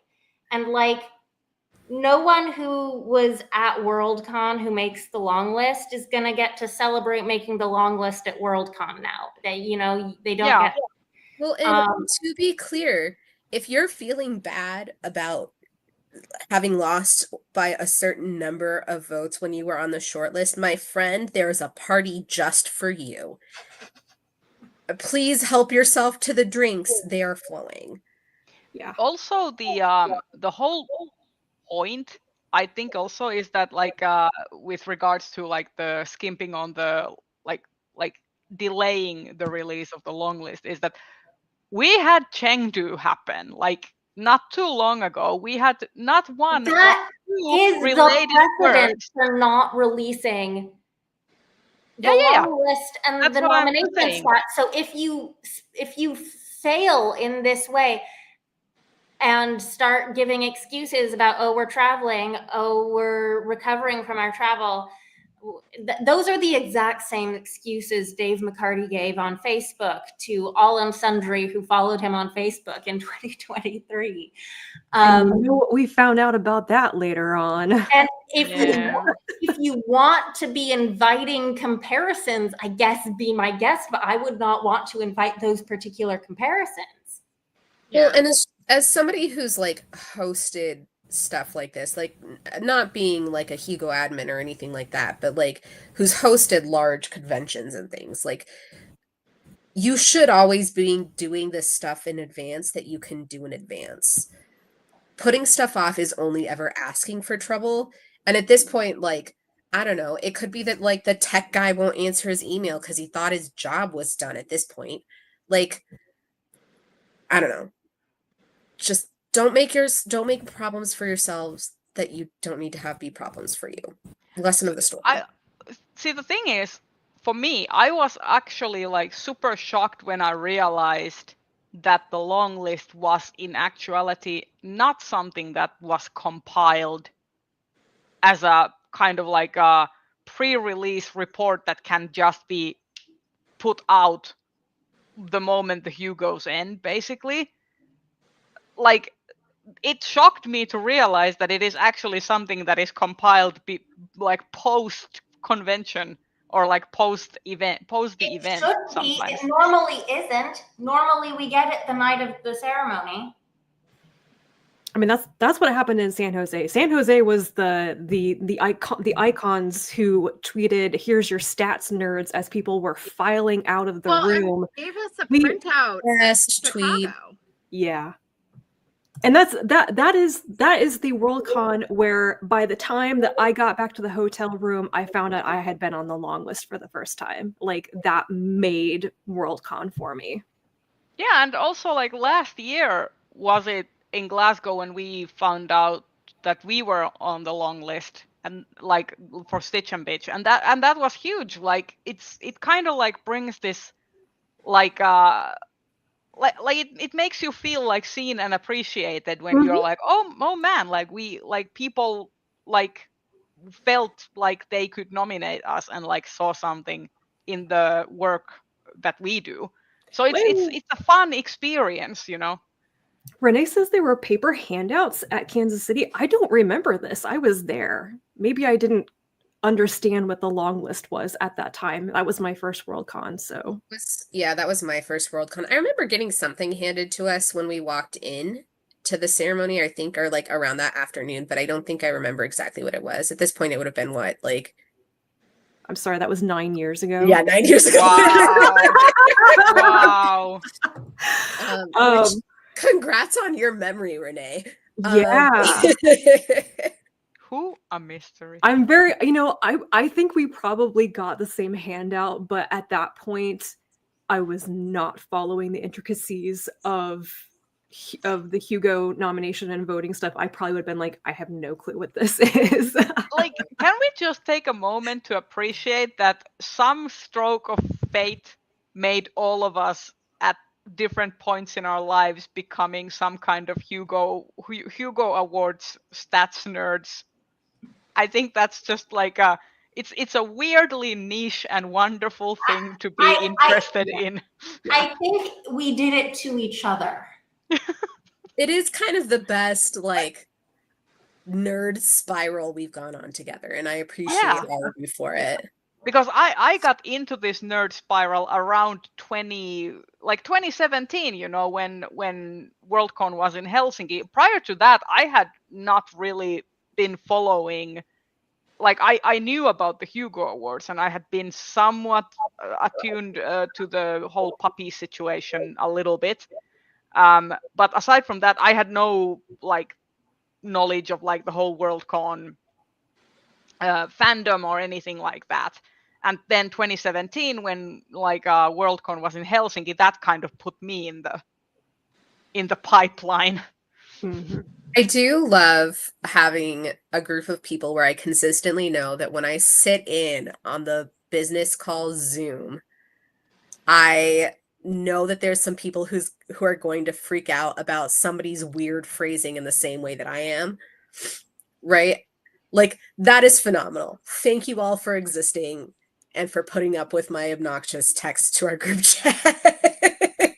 Also, I just find it incredibly funny that like in terms of like the whole like Hugo stats and business meeting and all of this kind of stuff, we are on the younger side of that Dude, particular when I was brain in melt. Chicago in the business meeting waiting for the video game vote to come up, I was like consistently one of, if not the youngest person in that room, and it was weird.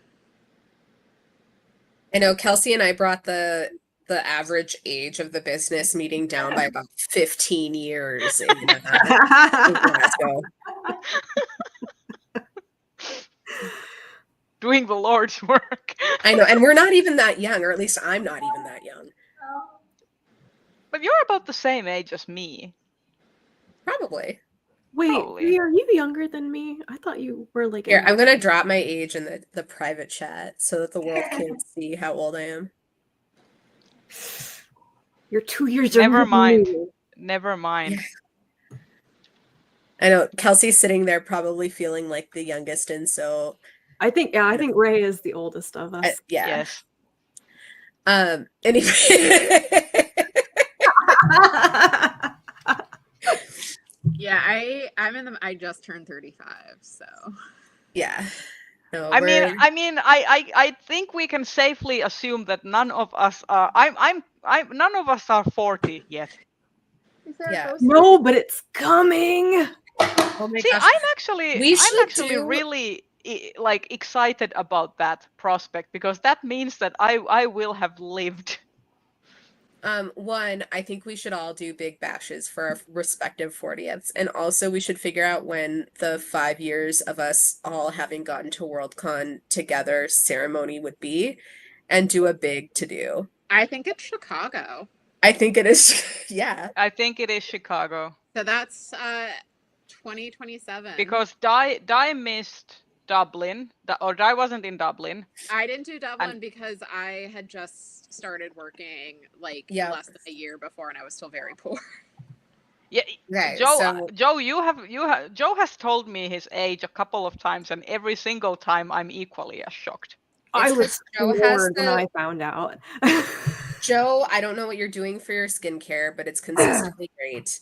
He's enjoying the English weather, which is overcast and rainy most of the time.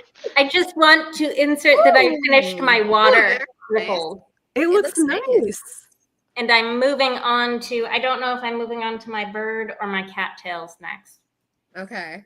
Sweet. Well, we are almost to 3:00. Should we maybe, in the spirit of the Hugo, shout out something that we're hoping gets on the Hugo rec list for the next half of the year?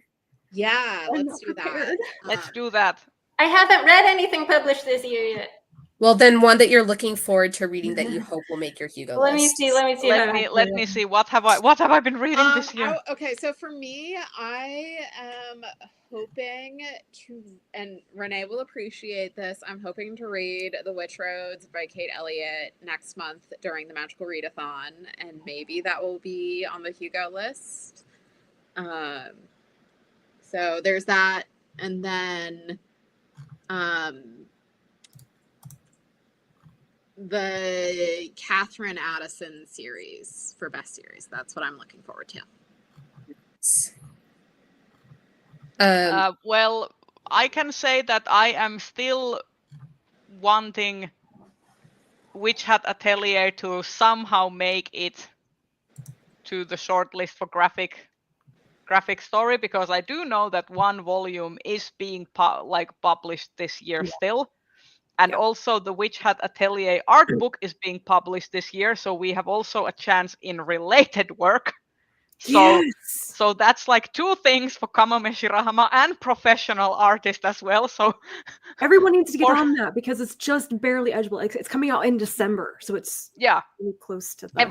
Everyone needs to like get on the Kamome Shirahama train, and because she's amazing. She's amazing. She's an Eisner Award nominated artist. So like she's really good.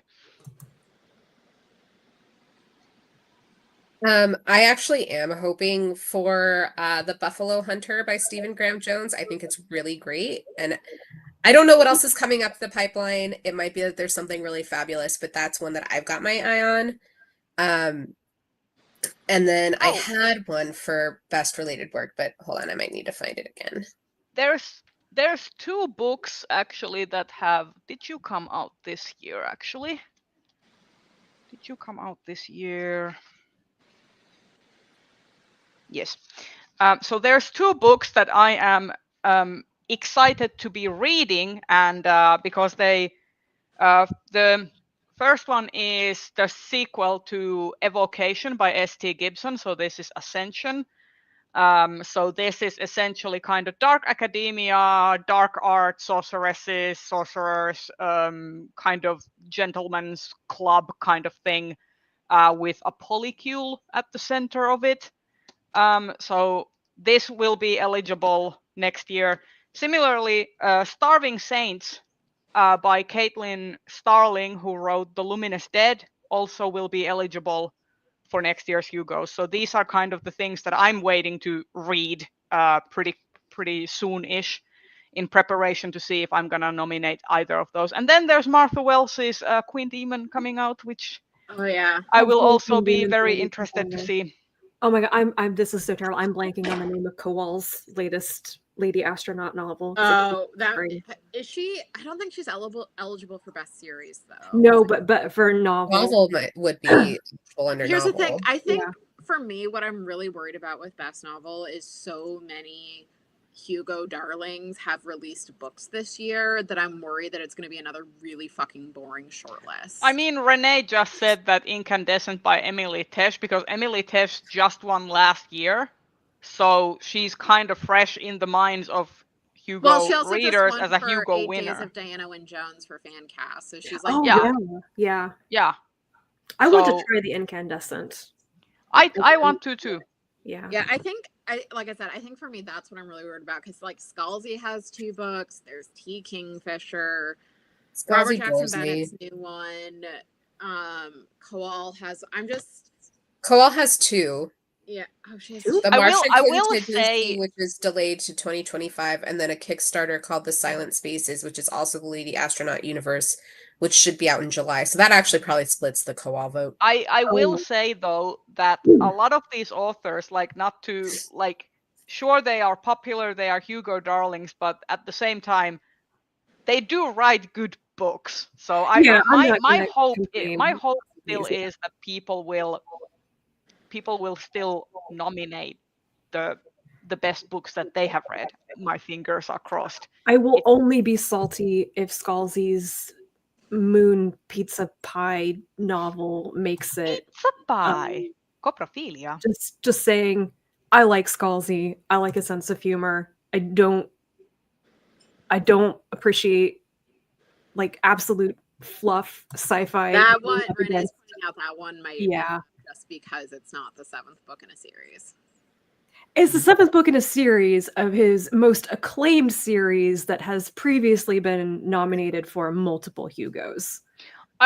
Speaking of series, by the way, one thing that I was kind of shocked about, though I guess not too surprised, was that Monstress Monstress was number 3rd in the graphic story voting stats.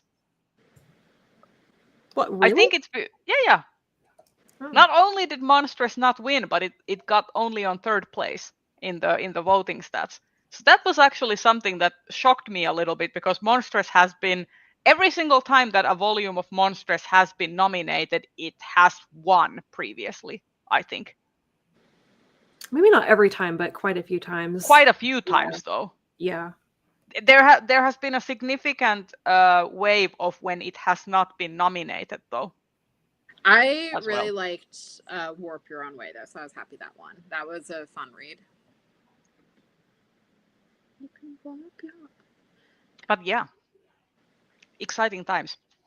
If anyone wants to has access to this and wants to buddy read, I will be up for it, because this is all about horror and medieval castles being besieged and cannibalism.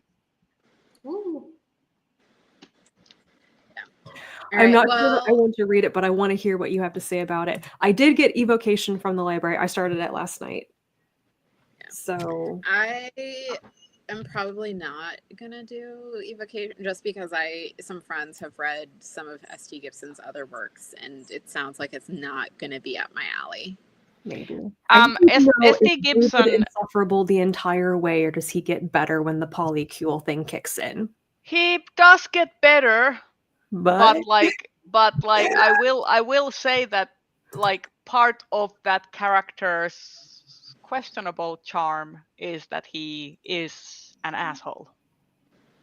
My biggest gripe on the whole thing, it's not even his asshole behavior. It's that S.T. Gibson does not adequately address the sheer amount of privilege that this character has.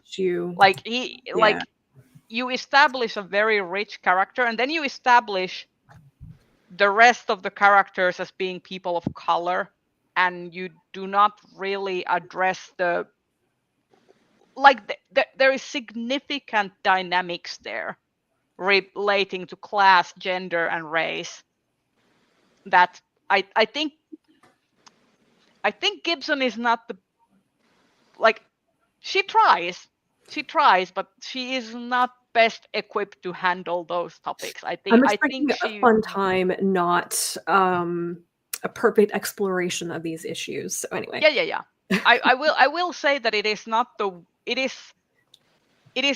worst or the most egregious example of this kind of thing that I have read, but as said, I'm also a white person, so I am not it's not necessarily my place to go and tell other people that the racial dynamics here are handled refer to reviewers who have read this book who are actually racialized minorities who may have experienced these things from a very different place than myself. Right. But it's just something that is good to take into consideration if you are planning to read anything by S.T. Gibson. I found book.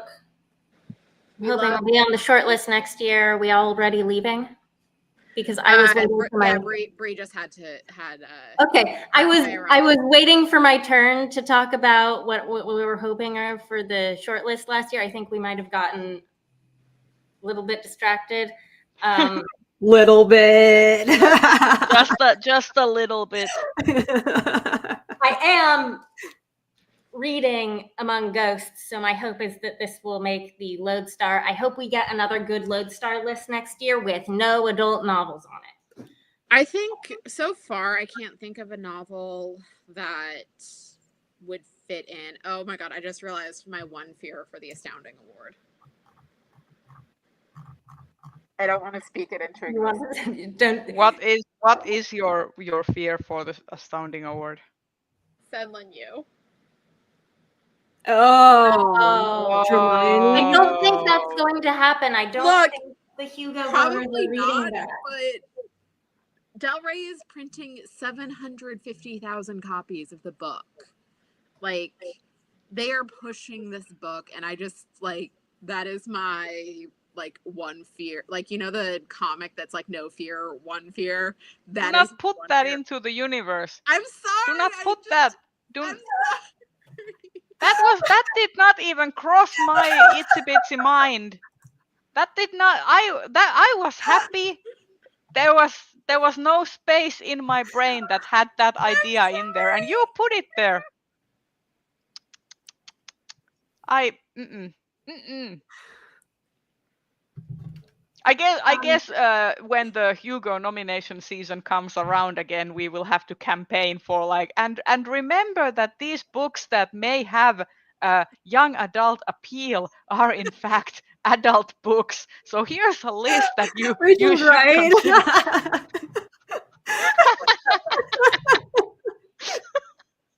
Indeed. Yeah, come comfort your mother. When you're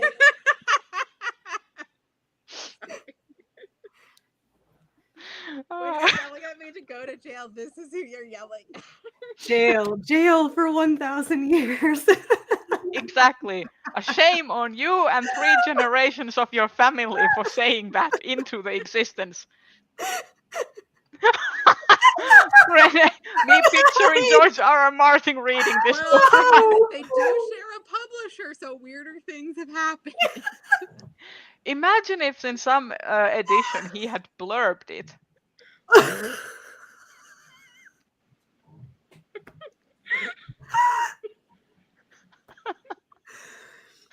Okay. Right, Okay. I think with the I don't think we can. I think we're done.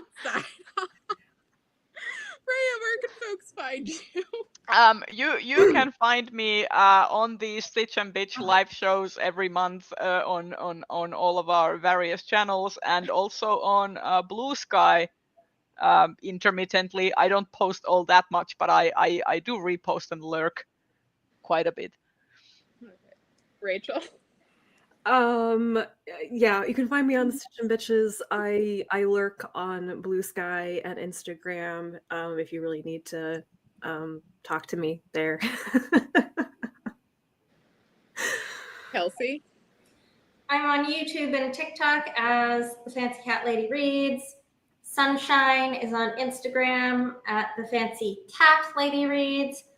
I am on Blue Sky and Mastodon. All of my links are here on YouTube on my channel if you need to find them.